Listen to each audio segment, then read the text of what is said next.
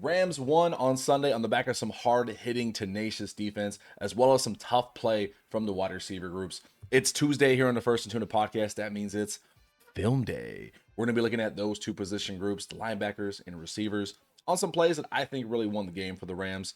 Also some news, some injury reports, all after this sound of the game. First and 10. Stroud. And he's got him underneath. It's caught by Ogunbowale. Fumbles the ball and it's loose. And it's recovered by the Rams. That was Kevin Harlan of CBS Sports on the call there for the Nate Landman peanut punch, forcing the fumble off of Dare Ogunbowale. Man, I won't lie and say that I was not nervous in the stands watching that part. Watching the Texans drive down the field. If you know from last season, there was a spark missing from the Rams defense that was the ability to force fumbles at a moment's notice in big moments like that. It started coming later in the season in the playoffs in the way of sacks, but they really didn't have that turnover switch dialed up to 10 until that second half of the season. Really good to see them have that at the opening of the season this time, with a lot of room to still grow as well, which is really cool. Before we dive into the film, because we are going to be looking at a lot of Nate Landman, because it was more than just that one play. He finished the day with 10 tackles, was all over the place, and was a very critical key, that inside linebacker group, to holding the Texans to under 60 yards for their main running back, and we'll dive into the stats as well. Before some housekeeping first, though, Action Engraving, they are our sponsors for the podcast. Check them out. They're local to SoCal. If you ever see the guys rocking the big chains, custom chains at SoFi, Action Engraving makes those. This guy as well, my little sign up here. Thank you, Action Engraving. They do custom work, phenomenal to work with, easy to work with. I highly recommend them for all your engraving needs. Also, when it comes to immediate reactions, if you want that stuff, it's already up on the channel. We do the joint podcast with Sheriff Joe Bags of Rams Showcase every Monday, Wednesday, and Friday, 7 a.m. sharp. We're there for 30 minutes. We hop in, we talk shop, talk ball, argue back and forth about some stuff, and then we hop off. We're not there for 2 hours, 30 minutes. Get your Rams news Mondays, Wednesdays, and Fridays with myself and Sheriff Joe Bags up on the YouTube channel. Hopping into a quick injury report from the game. During the game, if you were watching us live tweet, if you're following us on Twitter, make sure you are. I noted that Avila and Dotson both left the game almost at the same time. Avila had left first. Bo Limmer hopped in, and then Dotson went out, which luckily Avila was able to come back in a left guard, and Limmer had to jump over to right guard. So really good to have someone like Bo Limmer in the game, so that way we can just keep the offense going per usual. But according to Stu Jackson, injury report, both Avila and Dotson are week to week with ankle sprains. Sean McVay later said both could possibly practice this week. Indicated he'll more clarity. Stu, I can't read that tweet. He'll give more clarity on their availability for Sunday at Titans as they're evaluated over the next couple of days. So if you're used to Sean McVay-isms, that is, hey, they might be fine. Maybe they'll miss. Maybe they won't be okay. We really won't know. We won't know until Saturday. That's what I always think with injuries of the Rams. You won't know until Saturday. That final injury report comes out, or Friday, Saturday, whatever it is. And that'll tell you if they're actually going to play or not. So let's wait on that and not play will he, won't he on this situation. Another report coming out of Rams camp by Stu Jackson is the fact that Darius Williams did not play at all. It was not due to injury. This was very much part of the game plan. This is something that we talked about coming out of training camp, where they liked all four of their starting corners. That's Darius Williams, Keller Witherspoon, Kobe Durant, and Emmanuel Forbes. Who gets to start, who gets more playing time is really going to be matchup dependent.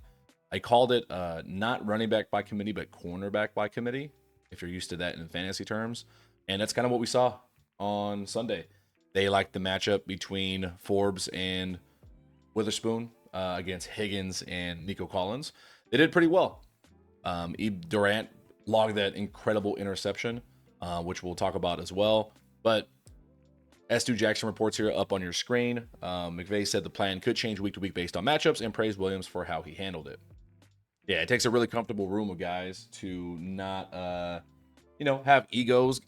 All four of those guys feel like they should be CB1, and they know they're going to get the nod on a week by week basis. So they got to be really tight, really comfortable. They really trust the process to be able to just hang in there and say, hey, I don't give a shit. I'm not playing. That's a Pro Bowl type guy.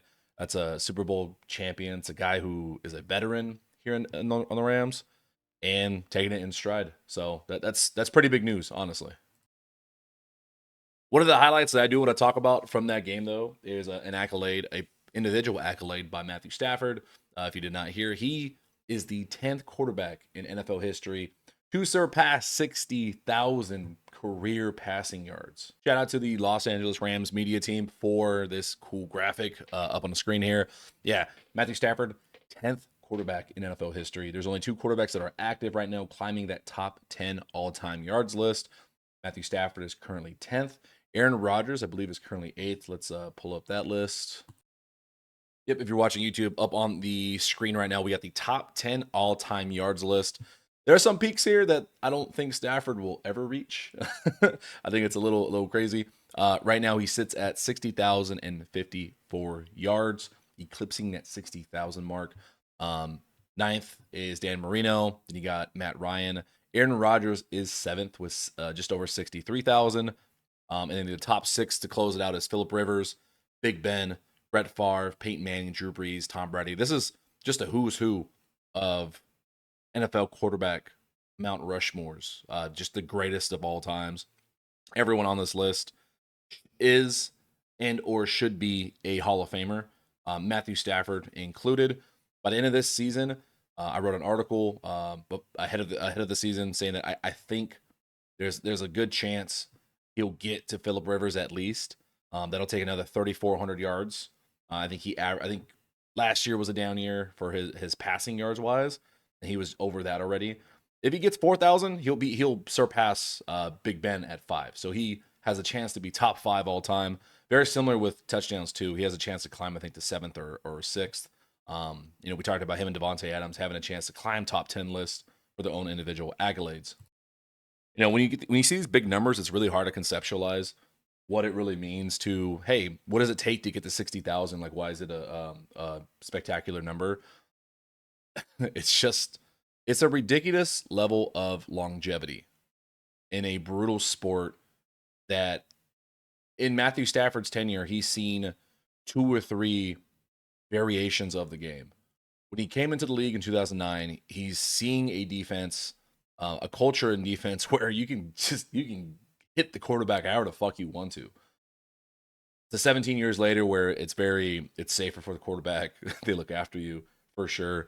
But I mean, he's still taking hits at age 37. Pretty ridiculous. So, some of the hits that he was taking on Sunday, I'm calling for a flag. CJ Stroud's getting the flag, but Matthew Stafford's not. A little ridiculous. But really look around the league and like last night, look at that Bears and Vikings game. Never once was there a play where you watched JJ McCarthy, you watched Caleb Williams. Hell, look at some other veterans across the league. Look at the Miami Dolphins situation. Look at the Browns with Joe Flacco. There's just any age, any type of quarterback, you can throw a stone and hit mediocre to below mediocre play.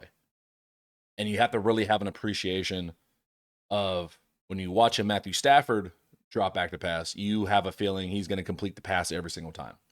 It's going to be a good play, the right play, the best play. Versus, like I said, what we watched on Monday Night Football, Bears, Vikings, JJ McCarthy, Caleb Williams. At any given point, you don't know, is there going to be just an insane interception thrown? Is there going to be just an errant pass? There's wide open guys getting missed. Is the system right for him? There's so many questions that you kind of take good and great quarterback play for granted. That's been Matthew Stafford's career, to be honest. He's been somehow underrated. People wrote off even his Super Bowl championship here with the Rams. He did it in the first year. 60,000 yards is nothing to scoff at. I think when you're up there with these greats statistically, immediate Hall of Famer. It doesn't matter if he has one or multiple championships. This guy's a Hall of Famer for sure. Like I keep telling Rams fans, appreciate the little moments. It's little shit like this that in 5, 10, 15 years, you're gonna tell your kids, you're gonna tell your friends, like, yeah, I was at that game. Like I watched Stafford's last season, his second last season, whatever it ends up being. Win or lose, just appreciate these small moments because when they're gone, we get pissed that, oh man, we're dealing with this quarterback, this guy. You take it for granted. Appreciate it while it's here. So first things first, we're going to be looking at the defensive side of the ball here. And as always, please be generous to me because I am not a professional at this at all. I am an independent professional football internet nerd, but that's about it. First play I want to highlight here is by Byron Young. Just a really good play here on his end. He's going to get chipped by this tight end here. Texans are going to be running up the middle or attempting to. This tight end is going to motion across, and his job is to seal this edge from Byron Young. Byron Young does a really good job on staying on his feet and gets credited for the tackle. Let's take a look here. Bam. Good recovery. He just does a really good job absorbing that contact. Guy goes low. Byron Young brace, looks like he was trying to go head up with him. Tight end goes low. Byron's able to actually still. Here he is right here. He's able to still take that tackle there for no gain. That's really good. That's just go play. Now everything's pretty. Shit gets messy. Get messy, get up in there, no gain.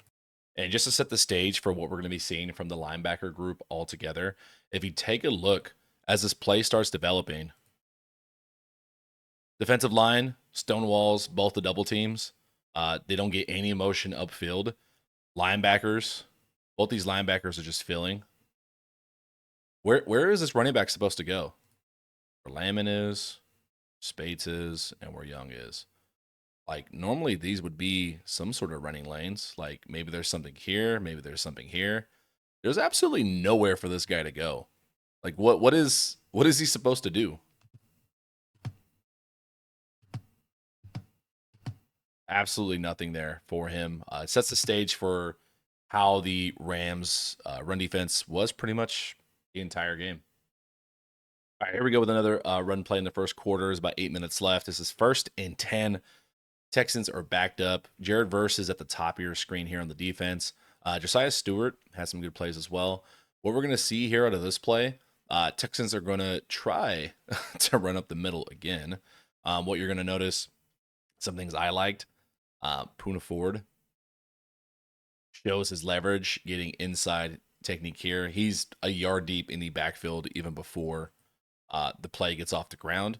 Jared Verse is going to hit a mean swim move right here to get inside and just be a menace in the way of the run.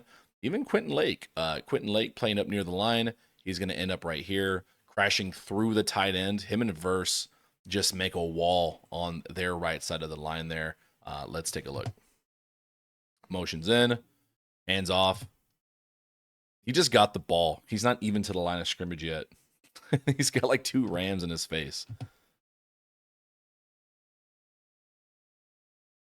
Great no gain right there. Looking at the end zone view here. So this is what I was talking about with Jared Verse. Slow down a little bit so it doesn't play so fast.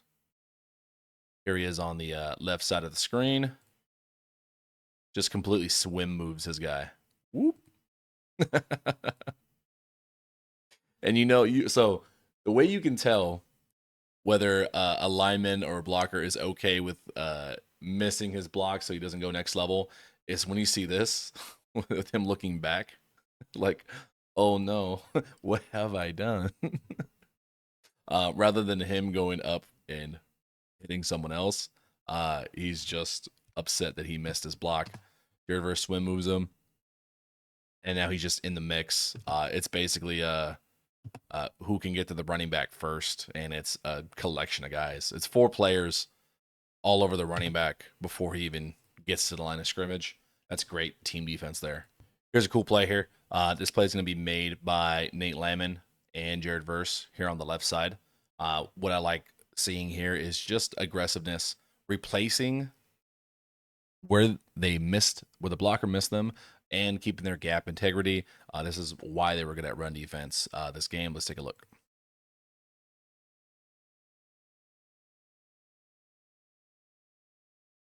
I love watching plays like this because it seems like just very mundane and inconsequential. But the drastic difference from last season to this season at this point in the first game is night and day when looking at looking at the technique. So what I really like from Jared Verse here is his ability to break through a double team. You got blocker 1 and blocker 2 here, tight end and right tackle, both trying to work a double team to work Verse back up to Omar Spates. So they're trying to take out a 2-for-1 special, if I may. Jared Verse splits it, gets skinny, works through his power, but then does his best to work back left. And even though he misses him, you know who is where they need to be for contain? Oh, that's Nate Landman. Let's look how he does on this play. Nate Landman's going to be right here on this left side for you. So what I really like from Landman is not just the ability to swim away from that guy. So in years past with other linebackers, what we've seen is they'll do like this. They'll juke out the way, they'll swim out of the way, but then they'll stay outside. So let's say he leaps 2 yards to the left. They would normally stay 2 yards to where they jump to. You see what Landman does is he does his best to get back inside, to try to replace to where he removed the blocker from to keep that contained. And because Jared Verse tripped them up, that's a good rep between those two. It wasn't all sunshine and roses the entire game. There were some plays where the Texans got a good look. The Rams got caught with alignment issues. That way, like plays like this, you see the center and the right tackle with free walks up to the linebacker unit, which lets Chubb get his longest play of the game. Let's run that back a little bit so I can show you what I'm talking about. Yeah, this is one of those plays where you just can't win on every play. Sometimes you just call a play where the alignment is not what's needed to stop the run. Here, based on the Rams alignment, the center and the right tackle are not covered. So when they have their inside gap run, this is a free run at that linebacker. It's a free run at this linebacker. Chubb's not touched until he gets to about 6 yards. So there isn't really necessarily anything you can do about it. Maybe Byron Young, if he keeps his head up and notices that the running back is behind him, he's going to get chipped by this tight end coming this way again. And Byron Young goes head up with him, kind of drops his head and just goes for a hit rather than maybe do something to get around it. Yeah, he gets a little bit too involved in the block. I don't really know if there's anything you can do about that when you're constantly getting chipped over and over. He doesn't look very happy. Or maybe his bell's just rung a little bit because keep doing that shit over and over, man. It's going to give you a headache at some point. One of my favorite plays from Nate Landman on the day. Very throwaway play. It's not amazing on the stat sheet. It's a tackle, a 1 yard gain for Woody Marks of the Texans. They're going to run left tackle here. Let's run the play. I just want to show you, like, this kind of shit gets me going right here. Going to motion. Going to run off tackle. Here comes Landman. Simple tackle, right? He's pretty juiced up. Why is this important? If you think back to last year, a lot of the fans that hate Christian Roseboom, they hate Troy Reeder, it was from plays like this. You'd have a linebacker here where Nate Landman is. They'd recognize the play. Maybe they'd go to lateral the whole time and get caught up in the wash with the blocker. They'd be out of position. Or if they were trying to beat the running back to the point, they were just a little bit too slow, a little bit delayed. Those little hesitations, man, they'll bite you in the ass. And that's basically what kept happening to the Rams on run plays. So here, Landman steps up. His first steps are forward. Good sign, I think. Someone who's played linebacker, tell me. That's good, right? You don't want your guy just hopping in place. Steps forward, recognizes the second he starts bouncing out, he's moving as well. He's moving. He's flowing. He's getting into the gap. He's trying to beat the running back there. And then the closing speed. That closing speed is what gets me going. Holy shit, that was good. Here's real time again. Watch as once he gets about 3 to 4 yards away from that hole, He's full speed. He's closing in on the running back. Oof. And there's no question. There's no like, oh, a fight. It was Nate Landman won that handily. Let's look at the other angle here. Here's Landman in the middle. On plays. Hey, get your ass over there. Boom. Oof. It's a great play. That's just good linebacker play. Here we go again. He's flowing. He's flowing. He's getting there. Also, it helps that the receiver got tripped up on his own blocker. Sucks for them, but I mean, it happens. Yeah, years past, that was not happening.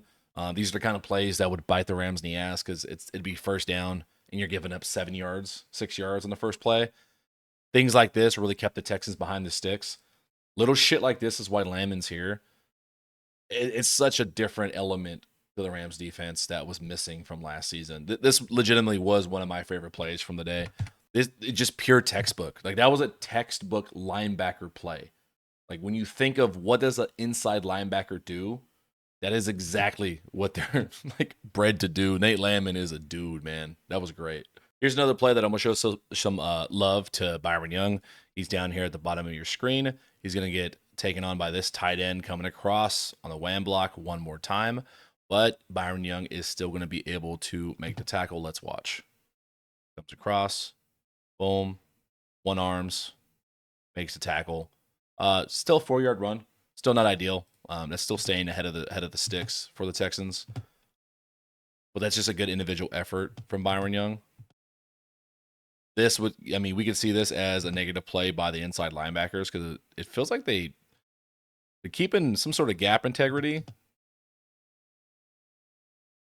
It's just a good rep by the Texans too.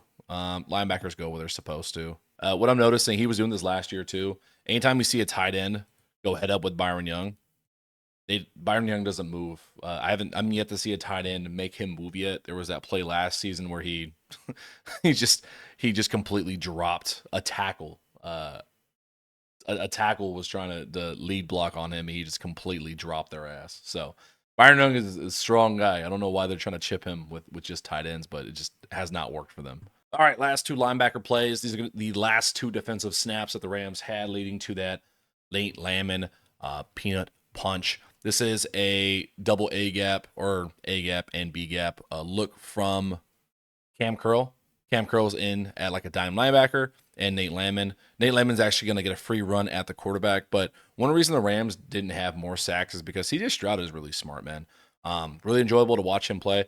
He sees the blitz coming. He waits until the last possible second to throw to his running back who leaks out in the flat here. Cam Curl is working the middle of the field. Doesn't do a good job on recognizing and getting to the running back in time, results in a really long play for the Texans that puts him in almost within the red zone. Let's take a look here. Nate Landman, full rush. CJ Stroud didn't panic. He knew exactly where he was going to go with the ball. Waited to the very last second. Looking at the end zone cam here. Like I said, Rams are doing a lot of this all game. I really love what they do.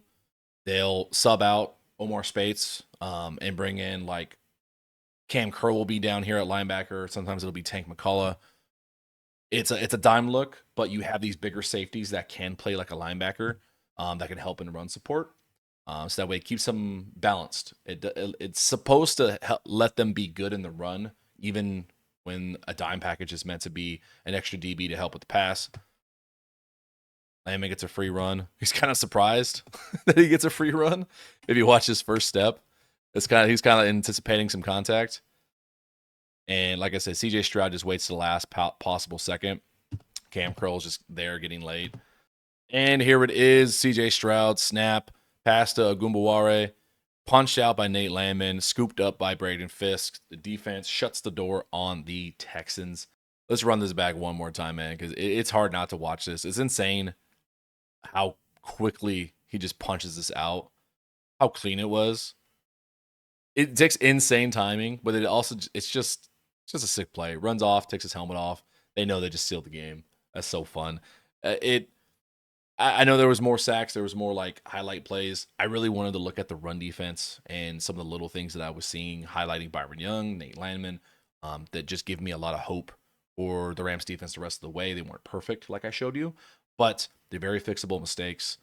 Outside of conceptually being out of place sometimes, it looks like they're gelling really well as a unit, and guys are keeping really sound gap integrity. Now, let's look over to the offensive side of the ball, and the receivers and why they were able to get so open, and just some good things that I liked about the offense. First offensive play, Matthew Stafford to PUKA Nacua, death taxes and PUKA receptions. Things that are guaranteed here in Los Angeles. This play is fun. Just a really simple concept. This is, what is it, first down? Yeah, no, 3rd and 7. 3rd and 7, they dial up a pass over to PUKA here. PUKA's going to run pretty easy 10-yard in. What's phenomenal, and like I said, about appreciating and quarterbacking Matthew Stafford, watch Stafford on this play. I know I just ran it through. I'm going to slow it down a little bit for you.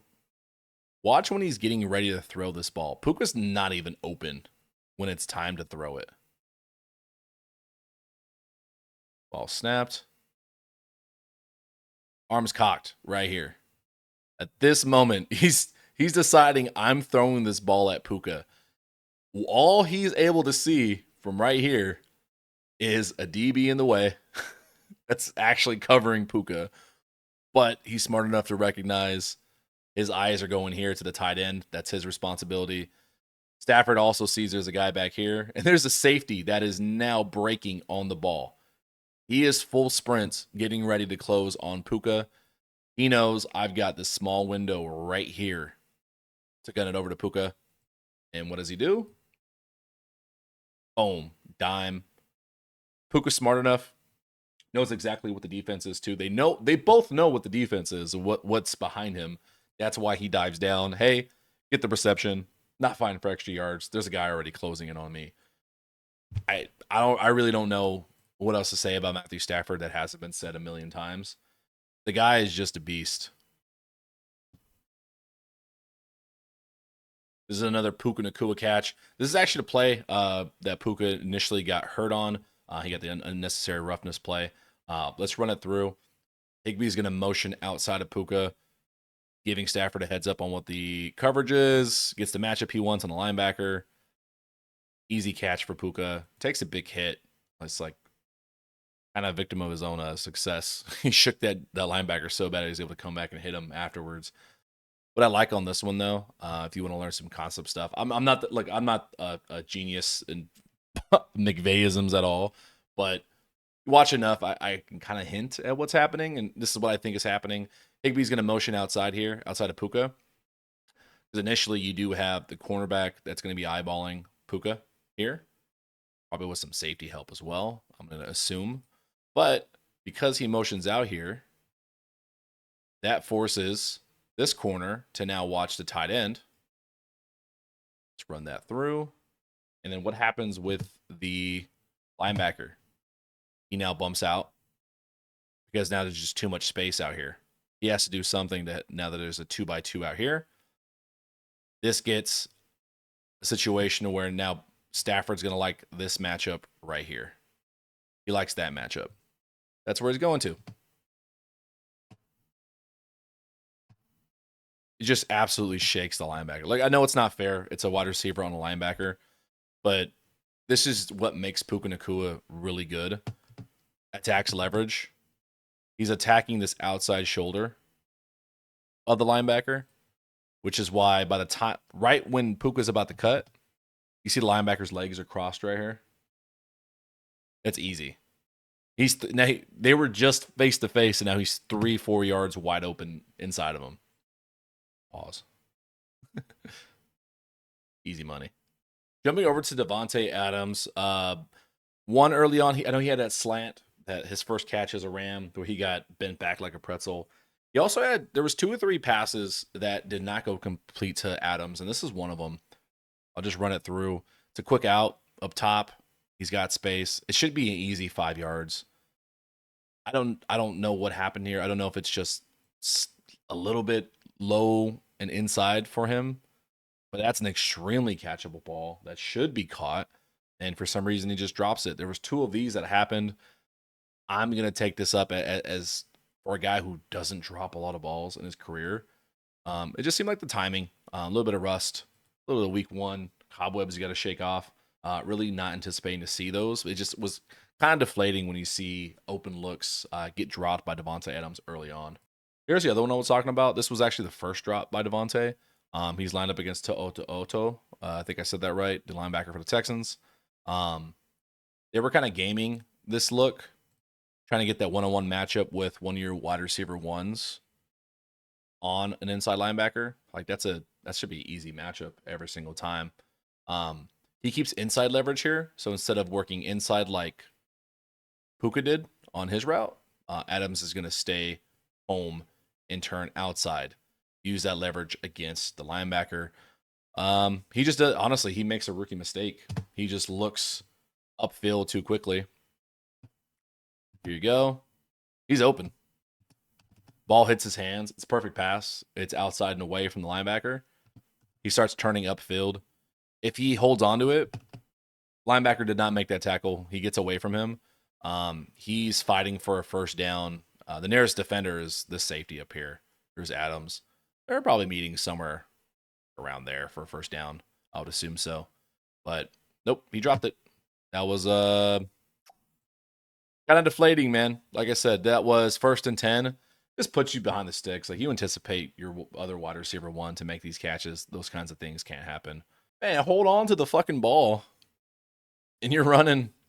Like if you can make this guy miss, like Davante Adams is still running to this day. So I just want to throw that in there because these guys aren't perfect. They didn't play a perfect game. Despite their numbers, they still could have done better. They missed a lot of opportunities on the field. All right, here we go. Here's another PUKA TD catch, and here's another another attempt I have at understanding McVay's offense and his reasons why he does things. Just a nice little pass over the middle for 19 yards to PUKA. Parkinson lines up. We got 12 personnel, so that's 2 tight ends. You got 1 tight end here and 2 tight ends there. He's going to motion outside here. I think the reason why they do that, based on the look that the defense is giving them, like you got a squad of defenders here. One, trying to understand, is it man? Is it zone based on the situation? But also, at the very least, what you can do by motioning this guy out here, and we'll let him do that. You see what the defenders did there? When he motions, now these guys bum down responsibility. Rather than a linebacker or a safety covering the tight end, and then you get corner on receivers, which is what the defense wants. Now you bump these guys over. Because you do it right before the snap, now you have mismatches. Now you have a corner on a tight end. You have a corner on a receiver, and now you have a safety or linebacker on a receiver. So it gives you 2 more favorable matchups than the defense wants to give you. And then what Puka runs here is just kind of like a little post route. Man, that route he ran is so nasty. And not to say it's another missed opportunity, but Adams looks like he's running away from his guy. This is the second time I've seen where there's a potential touchdown that was not taken by Stafford. It's not a bad play, but watch Davante Adams here from the slot. It's open. That's open now. Stafford has time. If Stafford decided, let me hold this for half a second longer and goes to his next read, Davante Adams is probably banging on his head for 6. Like I said, good plays, but there were some great plays that were missed. Throws it out here. I mean, maybe a touchdown because this safety's out of place. Davante Adams is running away from his man. Oof. Oh! He missed it! All right, we've got this one in the final drive, and we'll get you out of here. This is the deep shot left to Davante Adams, the kind of a back shoulder throw. He gets away with a little bit of physicality, little veteran move, pushing off of Stingley. Him and Stingley were going back and forth the whole game. Shout out to Stingley. I don't hate on other players just because they're not the Rams. You got to respect the game. I love football so much. Like you got to respect when someone's playing well, man. Him and Davante Adams going back and forth the whole game.